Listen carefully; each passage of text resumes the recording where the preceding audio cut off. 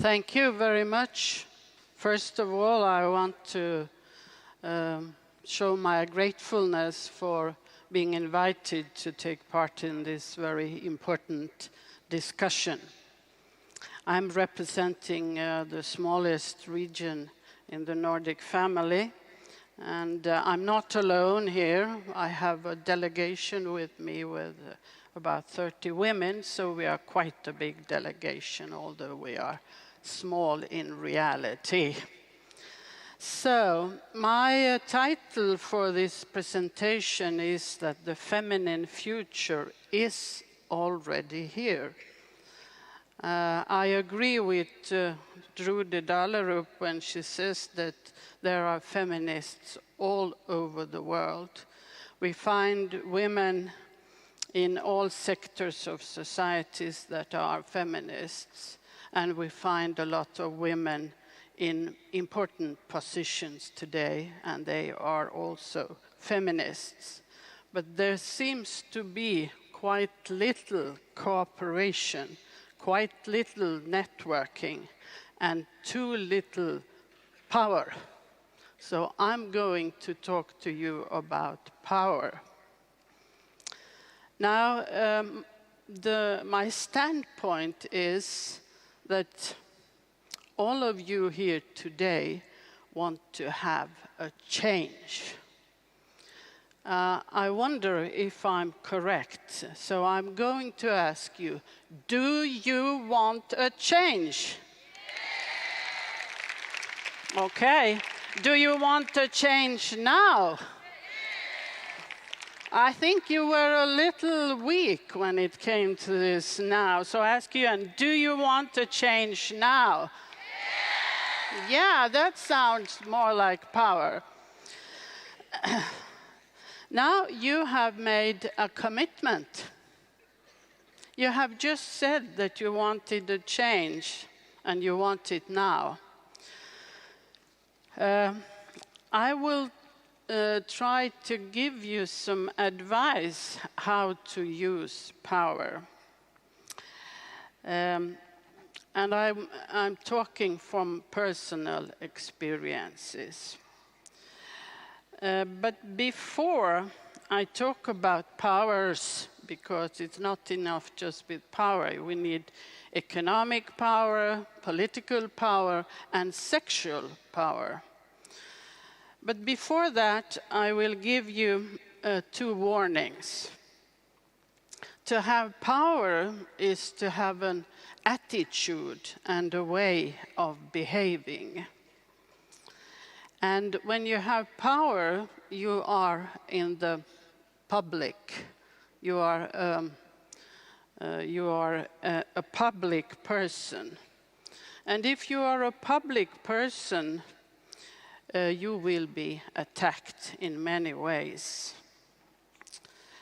So you need some tools, because if you are just yourself, you will be very vulnerable. You need to have a public personality if you want to execute power. Warning number 2 is that when you execute power and you are a woman, you will come in conflict with your upbringing as a girl, as a woman. As girls, we are taught to please others.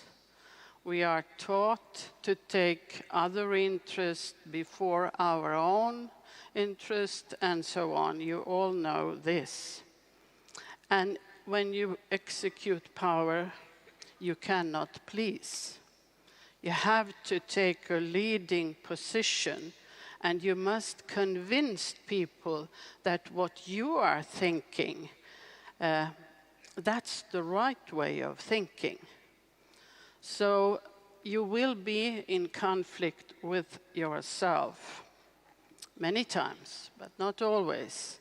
And the more experienced you get, and the more power you have, the more you will like it. And you will not be sick or ill from power. You get sick because you have too little power.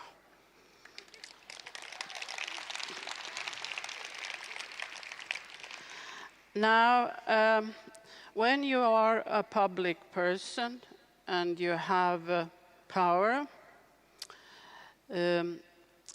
I think it's important to have some role models, and I will give you 3 role models. The first is the Queen. The second one is the farmer's wife, the big farmer's wife. And the third is the Valkyria. Now, to be a queen, or the queens, maybe we should say, they had a lot of political and economic power. They were subjects.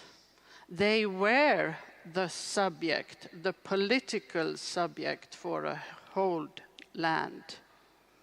There have been many important queens, like Elizabeth I of England, Katarina the Great of Russia, Christina of Sweden, and so on. They have been very successful during their times.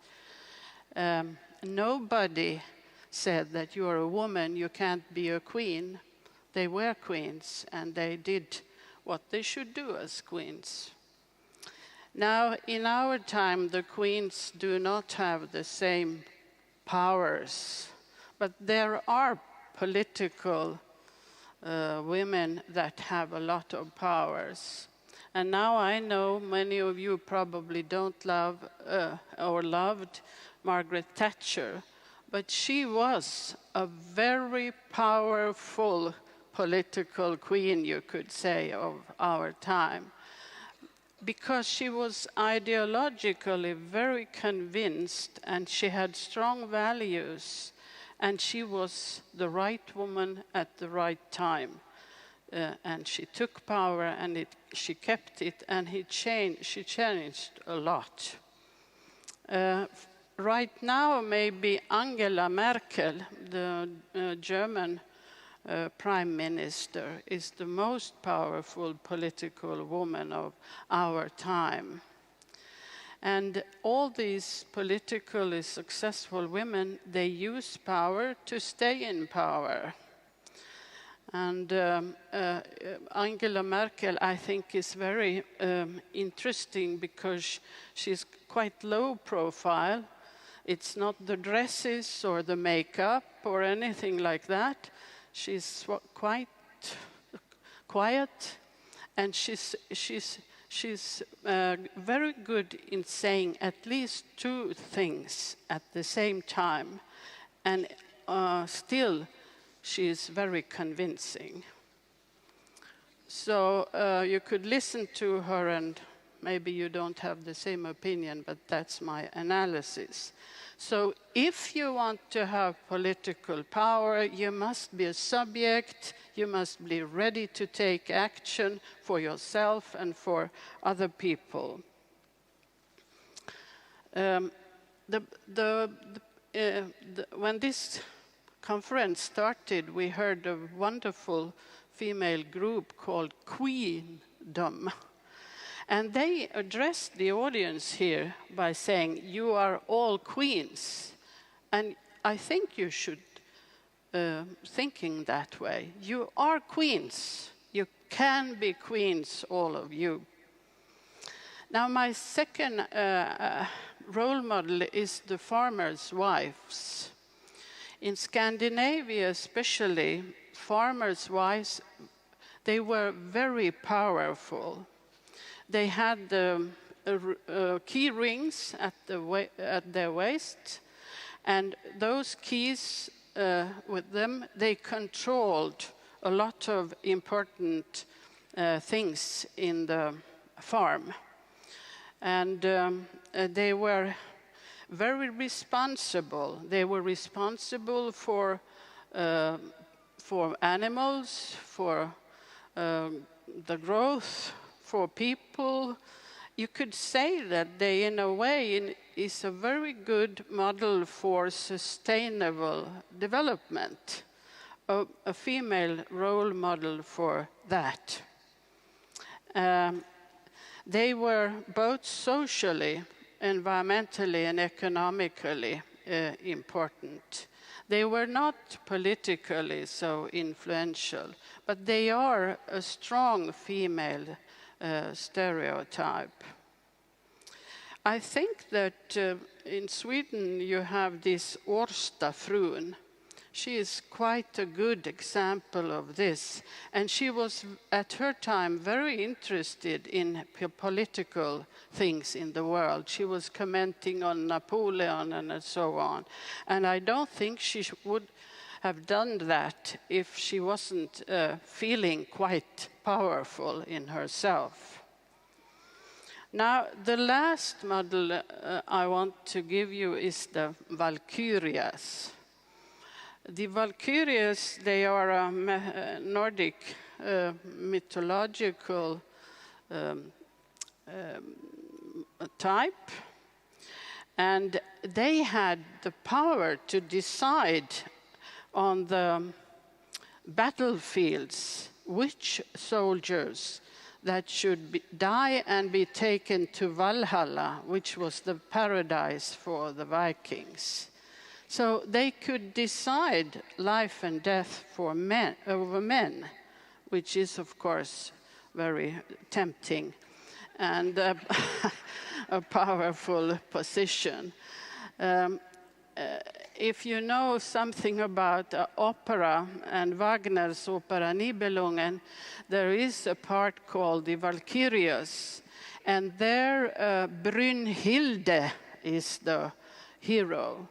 She is the god Wotan's favorite daughter, and they have a very strong relationship. Wotan favors Brynhilde always, and she is very fond of him. She's doing everything he tells her, until one day when she meets Sieglinde, who is pregnant and who Wotan wants to kill. Brynhilde, she saves Sieglinde from Wotan, and she is punished for that. But what she is doing, she is breaking the rule, the norm, you could say the male norm. She is not subordinating when it comes to save Sieglinde and the child, because the child is kind of the new world. She is really a very, very great hero, Brynhilde. And that was one of Birgit Nilsson's successful roles too. Now, there are Brynhildes today, but they are in show business, I think. The best Brynhildes we have is Madonna and Angelina Jolie. They are breaking the male norm all the time. They are really subjects. They earn a lot of money. They take political statements, and they break the norms very much by using their femininity and especially their sexuality. And I think that they are very good role models too. Now, of course, not all of us can be Madonnas, but we can learn from Madonna what she's doing and what she has done. So, in order to make change, you need power. All of us need power. We can make changes in our private lives, in our job lives, in political life, in organizations, and so on.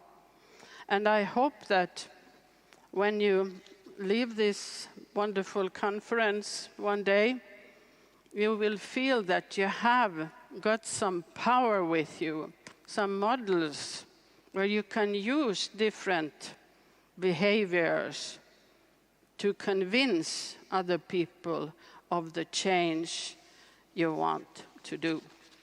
Thank you.